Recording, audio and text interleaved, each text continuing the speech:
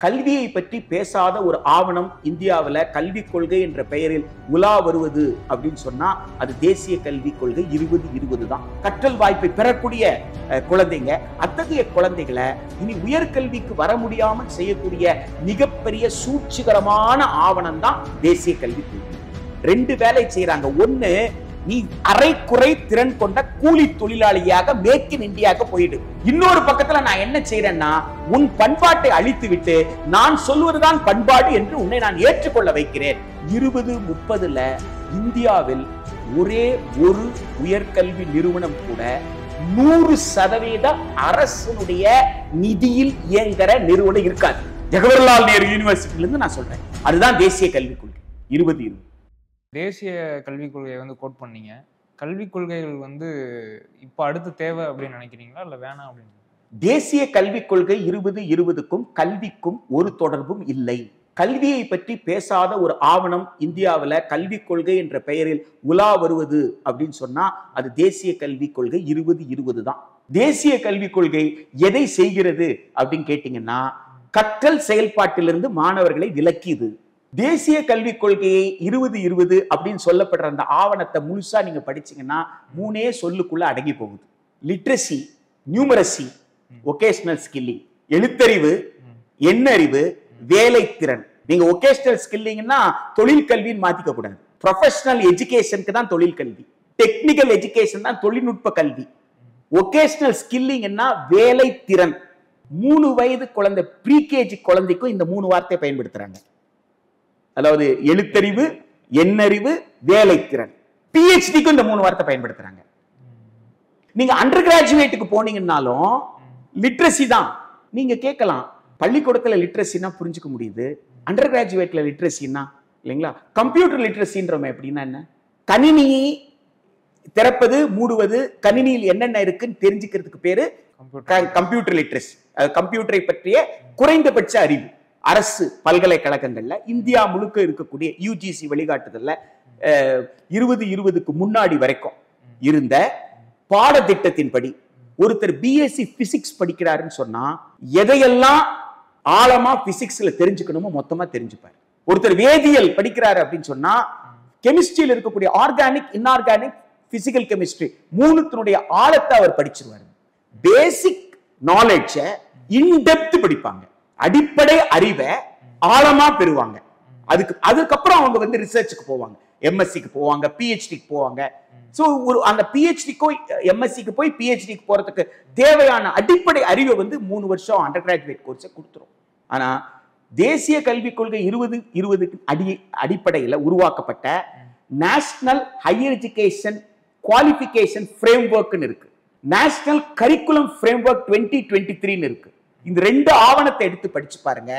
இதுல பிசிக்ஸ்ல உங்களுக்கு லிட்ரசி தான் கிடைக்கும், கெமிஸ்ட்ரியில லிட்ரசி தான் கிடைக்கும். ஆழமாக அடிப்படை அறிவு கிடைக்காது. இன்றைக்கு இருக்கிறது போல ஆழமான நீங்க இந்த விஷயங்கள்லாம் இருக்கு தகவல் மாதிரி தெரிஞ்சுப்பீங்களே தவிர ஒரு ஆழமா படிக்கிற வாய்ப்பே கிடையாது. ஆக தொடக்க கல்வியிலிருந்து உயர்கல்வி வரைக்கும் நீங்க எதையுமே ஆழமா படிக்காம வேலைக்கான திறனை பற்றி மட்டும்தான் அவங்க கவலைப்படுறாங்க. நான் கேட்கிறேன், நான் இப்பதான் BA ஹிஸ்டரி படிக்க வந்திருக்கிறேன். ஃபர்ஸ்ட் இயர்ல என்ன ஒகேஷனல் ஸ்கில்லிங் என்கிட்ட எதிர்பார்க்குறீங்க? நான் இப்பதான் BSc மேக்ஸ் சேர்ந்திருக்கேன். ஃபர்ஸ்ட் இயர்ல என்ன ஒகேஷனல் ஸ்கில்லிங் என்ன? இன்னும் 3 வருஷம் நான் கம்ப்ளீட் பண்ணணும்ல. அதுக்கப்புறம் தானே நாலேஜ் கெயின் பண்ணதுக்கு அப்புறம் தானே நாலேஜோட அப்ளிகேஷன் எனக்கு. அப்ப எடுத்த உடனே வேலை வேலைன்னு தள்ளுறதுக்கு என்ன அர்த்தம்னா, நீங்க கம்ப்ளீட் பண்ணாம போகணும்ன்றதா அவங்களோட நோக்கம். நீங்க 8வதுலயே உங்களுக்கு ஒகேஷனல் ஸ்கில்லிங் வேணும். நீங்க சப்ஜெக்ட் வைஸ் ஸ்கோர் கார்டு உங்க கையில இருக்குன்னு சொன்னா, பாட வாரியாக உங்களுக்கு மதிப்பெண் சான்று இருக்குன்னு சொன்னா 8ஆம் கிளாஸ்ல அதற்கு சமமா என்ன இருக்குன்னா வேலை திறனுக்கான பயிற்சி இருக்கணும்ன்றான். அப்போ 8ஆம் வகுப்புல ஒரு வேலை திறன், நீங்க தச்சராக, ஒரு மரவேலை செய்பவராக அல்லது வேற ஏதோ உடல் உழைப்பு சார்ந்த ஒரு தொழிலை நீங்கள் செய்வதற்கு நீங்கள் உங்களை தயார் செய்து கொண்டீர்கள் அப்படின்னு சொன்னா, நீங்க கார்பெண்டராக, எலக்ட்ரீஷியன் அப்படிதான் முத்திர குத்தி அனுப்பப்படுறீங்க. அப்போ சமூகத்துல உங்களை எப்படி பார்ப்பாங்க? அதுக்கப்புறம் உயர்கல்விக்கு வருவதற்கான ஆர்வம் உங்களுக்கு வருமா? இவ்வளவு பெரிய சிக்கல்ல மக்களை, பெரும்பகுதி மக்களை, அதுவும் முதல் தலைமுறையாக கற்றல் வாய்ப்பை பெறக்கூடிய குழந்தைங்க, அத்தகைய குழந்தைகளை இனி உயர்கல்விக்கு வர முடியாமல் செய்யக்கூடிய மிகப்பெரிய சூழ்ச்சிகரமான ஆவணம் தான் தேசிய கல்விக் கொள்கை. இந்த ஆவணம் மக்களை கற்றல் சமூகமாக இல்லாமல் வேலை திறன் கொண்ட சமூகமாக மாற்றுவதுடைய சூழ்ச்சி என்னன்னு கேட்டா, இந்தியாவை பன்முக பண்பாட்டை கொண்ட ஒரு நாடாக இருப்பத ஒரு ஒற்றை பண்பாட்டு தேசமாக கட்டமைக்க முயற்சி செய்யறாங்க. அந்த ஒற்றை பண்பாடு எதுவாக இருக்கும்னு சொன்னா சமஸ்கிருதமயமாக்கப்பட்ட பண்பாடா இருக்கும். அப்போ தேசிய கல்விக் கொள்கை கல்வியை பற்றி பேச வேண்டிய ஆவணத்துல அவங்க சமஸ்கிருத பண்பாட்டை பற்றி ஏன் பேசுறாங்க? சமஸ்கிருத பண்பாட்டினுடைய மகத்துவத்தை பற்றி ஏன் பேசுறாங்க? சமஸ்கிருத மொழியினுடைய மகத்துவத்தை பற்றி ஏன் பேசுறாங்க? சமஸ்கிருத பண்பாடு தான் இந்தியாவினுடைய பண்பாட்டு வளர்ச்சிக்கு மிகப்பெரிய பங்களிப்பு கொடுத்ததுன்னு சொல்றது எப்படி ஏற்றுக்கொள்ள முடியும்? அப்ப இதுல இருந்து நமக்கு என்ன தெரியுது? ரெண்டு வேலை செய்யறாங்க. ஒண்ணு, நீ அரைக்குறை திறன் கொண்ட கூலி தொழிலாளியாக மேக் இன் இந்தியாவுக்கு போயிடு. இன்னொரு பக்கத்துல நான் என்ன செய்யறேன்னா, உன் பண்பாட்டை அழித்து விட்டு நான் சொல்வதுதான் பண்பாடு என்று உன்னை நான் ஏற்றுக்கொள்ள வைக்கிறேன். இதுதான் தேசிய கல்விக் கொள்கை என்று சொல்லப்படுற அந்த 2020 ஆவணம். எனவே அதை கல்விக் கொள்கை என்றே சொல்லக்கூடாது. இதை நல்லா தெரிஞ்சவர் யாருன்னு கேட்டா தமிழ்நாட்டு ஆளுநர் திரு ஆர் என் ரவி தான். அதனால்தான் அவர் என்ன கேட்கிறாரு, தேசிய கல்விக் கொள்கை 2020 படிக்காமலே அதை நிராகரிக்கிறேன்னு பேசுறாங்கப்பான்னு சொன்னார்ல அவரு. காரணம் என்ன? அதை படிச்சாதானடா தெரியும் அதுல கல்வியை பத்தி ஒண்ணுமே இல்லைன்ட்டு. நாங்க தான் அதை கல்விக் கொள்கைன்னு சொன்னா நீயும் அதை கல்விக் கொள்கைன்னு சொல்லிட்டு இருக்கிறன்னா அதுல இருந்து என்ன தெரியுது? நீ அதை படிக்கவே இல்லைன்னு தெரியுதுன்னு திரு ஆர் என் ரவி சொல்றார். எனவே தேசிய கல்விக் கொள்கை 2020 கல்விக் கொள்கையே கிடையாது. இருக்கிற கல்வியை, குறிப்பாக இருக்கிற அரசு நிறுவனங்களை, பள்ளியிலிருந்து பல்கலைக்கழகம் வரைக்கும் இருக்கிற அரசு நிறுவனங்களை இல்லாமல் செய்வதுதான் அதனுடைய வேலை. நான் சொல்றேன், நீங்க எழுதி வச்சுக்கோங்க. 2020 தொடங்கி 2030 இந்த 10 ஆண்டுகள்ல அவங்களுடைய டைம் டேபிள் என்னன்னு கேட்டா, இருக்கிற இன்றைய ஸ்ட்ரக்சரை பிரேக் பண்றது, இன்றைய கல்வி கட்டமைப்பை சிதைப்பது, அந்த இடத்துல ஒரு மாற்று கல்வி கட்டமைப்பை வைப்பது. 2030 இந்தியாவில் ஒரே ஒரு உயர்கல்வி நிறுவனம் கூட 100% அரசனுடைய நிதியில் இயங்குற நிறுவனம் இருக்காது. ஜவஹர்லால் நேரு யூனிவர்சிட்டியில இருந்து நான் சொல்றேன், இன்றைக்கு தேதியில 100% அரசனுடைய நிதியில தான் இயங்குது.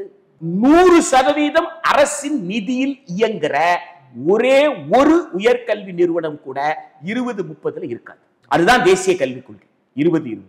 இந்த ஆபத்தை நாம் புரிந்து கொண்டால் தமிழ்நாடு அரசு அதை ஏன் நிராகரிக்க வேண்டும் என்பதை புரிந்து கொண்டு, தமிழ்நாடு மாநிலத்தில் ஏற்கனவே ஒரு வலுவான கல்வி கட்டமைப்பு இருப்பதனால், மாநில அரசு கல்லூரி, அரசு பல்கலைக்கழகம் என்ற கட்டமைப்பு இருப்பதனால் அதை வலுப்படுத்துவதற்கு தேவையான ஒரு கொள்கையை தன்னால் வகுத்துக் கொள்ள முடியும். அதற்கு அரசமைப்பு சட்டத்தில் இடம் இருக்கிறது. நிதி ஒன்றிய அரசு கொடுக்கலன்னா நீங்க திணறெல்லாம் நிற்க வேண்டிய அவசியம் கிடையாது. மக்களிடம் வெள்ளை அறிக்கை கொடுங்க, சிறப்பு வரி, கல்விக்கான சிறப்பு வரியை வசூல் செய்யுங்க. என் கார்பரேட் கிட்ட நீங்க வாங்க முடியாதா? சிஎஸ்ஆர் ஃபண்டுன்னு சொல்றீங்கல்ல, சிஎஸ்ஆர் ஃபண்டுக்கு பதிலாக நீங்க எஜுகேஷனல் டாக்ஸ் போடுங்க கார்பரேட் கிட்ட. வரி போடுவதற்கும் நிதியை திரட்டுவதற்கும் பல்வேறு வாய்ப்புகள் இருக்கு. அந்த வாய்ப்புகளை எல்லாம் பயன்படுத்தி என்ன சொல்லுவாங்க? நான் NAC அக்ரெடிஷன் கொடுக்க மாட்டேன்னு சொல்லுவாங்களா? நேஷனல் ரேங்கிங் கொடுக்க மாட்டேன்னு சொல்லுவாங்களா? நான் கேட்கிறேன், எதுக்கு நேஷனல் ரேங்கிங்னு கேட்கிறேன். நேஷனல் ரேங்கிங் வச்ச காலேஜ்லயா சிவி ராமன் படிச்சாரு? நேஷனல் ரேங்கிங் வச்சா மயில்சாமி அண்ணாதுரை உங்களுக்கு சயின்டிஸ்ட் ஆனாரு? மயில்சாமி அண்ணாதுரை சயின்டிஸ்ட் ஆனதால அந்த பல்கலைக்கழகத்துக்கு பெருமை. எனவே என்னுடைய பல்கலைக்கழகம் சிறந்த ஆளுமைகளை உருவாக்கி தரும், நீ என்ன ஒண்ணு வரிசைப்படுத்த வேண்டிய அவசியம் கிடையாதுன்னு சேலஞ்ச் பண்ணுங்க. நீ என்ன அக்ரெடிட் பண்ண வேண்டிய அவசியம் கிடையாதுன்னு சேலஞ்ச் பண்ணுங்க. நீ யாரா என்ன அக்ரெடிட் பண்றதுக்கு? உனக்கு தேவையான சயின்டிஸ்ட் உருவாக்கி தர்றேன், உனக்கு தேவையான டாக்டர்ஸ் உருவாக்கி தர்றேன். அந்த டாக்டர் சிறந்த டாக்டரா நீ டெஸ்ட் பண்ணி பார்த்துக்கோ. உன்னை யாரு வேண்டாம்னு சொன்னது? ஆனா ஏன் இன்ஸ்டிடியூட்டை நீ ஒன்னும் அக்ரெடிட் பண்ண வேண்டிய அவசியம் இல்லை, சேலஞ்ச் பண்ணுங்க. அப்படி சேலஞ்ச் பண்ணா அது சுயமரியாதை. எனவே இந்த சூழ்ச்சிகளை எல்லாம் தமிழ்நாடு அரசு புரிந்து கொள்ள வேண்டும். தமிழ்நாட்டில் ஒரு வலுவான ஒரு அரசு கல்வி முறை இருக்கிறது. அந்த கல்வி முறையை மேலும் வலுப்படுத்துவதுதான் சமூக நீதியின் அடிப்படையில் எல்லோருக்கும் கல்வியை சமமாக நீங்கள் கொடுப்பதற்கான வாய்ப்பு.